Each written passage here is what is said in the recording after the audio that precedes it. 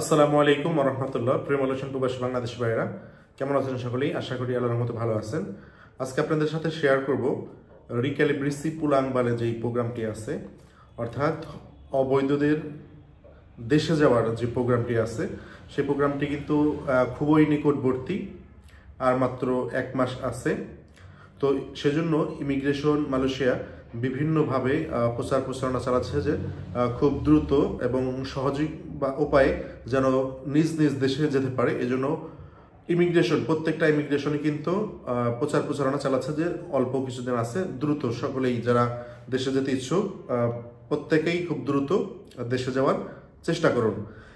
এই মুহূর্তেই দেশে যাওয়ার জন্য যেই ডকুমেন্টসগুলো লাগবে, প্রথমত পাসপোর্ট যদি কারো না থাকে তাহলে নিজ নিজ হাই কমিশন অথবা অ্যাম্বাসি থেকে ট্রাভেল পাস আনতে হবে, তার মাধ্যমেও যাওয়া যাবে।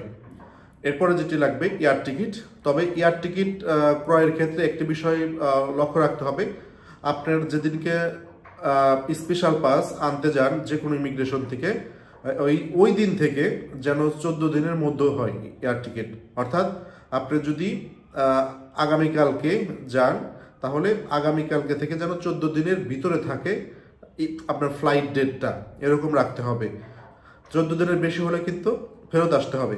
এরপরে যেটি লাগবে আপনার যে জরিমানা 500 রিঙ্গিত, এর জরিমানা দেওয়ার জন্য ডেবিট কার্ড অথবা ক্রেডিট কার্ড অথবা touch and go E wallet এর মাধ্যমেই পেমেন্টটা করতে পারবেন। এই মুহূর্তে কোনো প্রকার ক্যাশ ওখান থেকে নিচ্ছে না, এর আগেও নেয়নি। ওকে, সেক্ষেত্রে যাদের এরকম কোনো ব্যাংকের অ্যাকাউন্ট নেই, তবে টাচ অ্যান্ড গো এই কার্ডটি কিনে 500 টাকা রিলোড করে কিন্তু আপনারা এই পেমেন্টটা করতে পারবেন। এরপরে অবশ্যই যদি কোনো গর্ভবতী মহিলা থাকে তাহলে তার কিন্তু অবশ্যই ডাক্তারের কাছ থেকে একটা সুরাত নিতে হবে যে আপনি ট্রাভেলিংয়ের জন্য ফিট আছেন।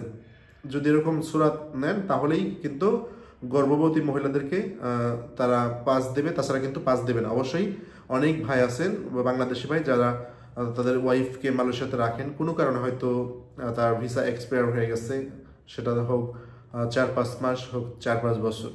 তো এই মুহূর্তে পাঠাতে যাচ্ছেন দেশে, কিন্তু সে সেই প্রেগনেন্ট থাকা অবস্থায় কিন্তু তাকে এই মুহূর্তে সুরাত না নিয়ে গেলে কিন্তু তাকে পাস দেবে না। ওকে, সর্বোপরি যেটা সবচাইতে বিড়ম্বনার বিষয়, অনেকেই এটা বুঝেন না বা চেষ্টা করে পারছেন না, অ্যাপয়েন্টমেন্ট নেওয়া। অনলাইনে অ্যাপয়েন্টমেন্ট নিতে হয় এসটিও, সেখানে আমি লিঙ্কটি ডিসক্রিপশন বক্সে দিয়ে দিব, বা আপনাদের যদি কারো লাগে কমেন্ট সেশনে কমেন্টস করুন, আমি কমেন্টসে দিয়ে দেবো লিঙ্কটি। ওই লিঙ্কে ঢুকেই কিন্তু আপনি অতি সহজেই যে কোনো একটা ইমিগ্রেশন সেন্টারে অ্যাপয়েন্টমেন্ট নিতে পারবেন। যেই দিন আপনার অ্যাপয়েন্টমেন্ট আসে ঠিক ওই দিনই ওই সময় উপস্থিত থাকতে হবে। তবে সাবা এবং সারোয়ার ক্ষেত্রে এটি ভিন্ন। ওকে, সেখানে তারা ম্যানুয়াল গেলেও চলবে, কি জন্য ওখানে এরকম বিদেশি কর্মীদের সংখ্যা খুবই কম তুলনামূলকভাবে। মানে কুয়ালালামপুর এবং আশেপাশের যেই অঙ্গরাজ্যগুলো আছে এগুলো আসছে সাবা এবং সারোয়াতে অনেকটাই কম। ওকে, এরপরে যে বিষয়টি আছে, আপনারা অনেকেই বলছেন যে তাহলে কি দেশে না গিয়ে এখান থেকে ভিসা করার আর কোনো সুযোগ দিবে না।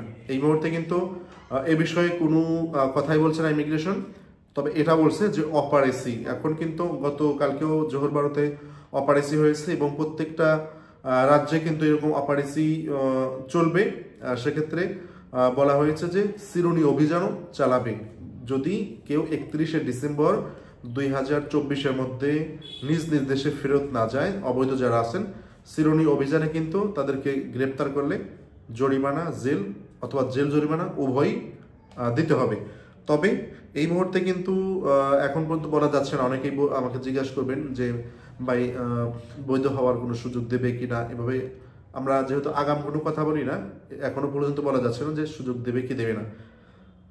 তবে অবৈধদের ধরিয়ে দিতে বিভিন্ন গণমাধ্যমে কিন্তু ইমিগ্রেশন ডিপার্টমেন্ট ঘোষণা দিচ্ছে, বা email, phone number, WhatsApp number দিচ্ছে যে কারো দোকানে, কারো বাসস্থানে বা কোনো সাইটে, প্রজেক্টে যদি এরকম অবৈধদের আনাগোনা বা তাদের মাধ্যমে ডিস্টার্ব ফিল করেন বা তাদেরকে ধরিয়ে দিতে এই ইমেইল, হোয়াটসঅ্যাপ, ফোন নাম্বারে যোগাযোগ করুন।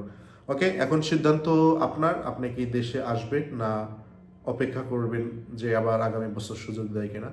তবে যারা অনেক বছর যাবত আছেন তাদেরকে বলবো দেশে চলে আসুন, প্রয়োজনে ভালো না লাগলে 5 বছর পরে আবার আপনি যাওয়ার সুযোগ থাকবে।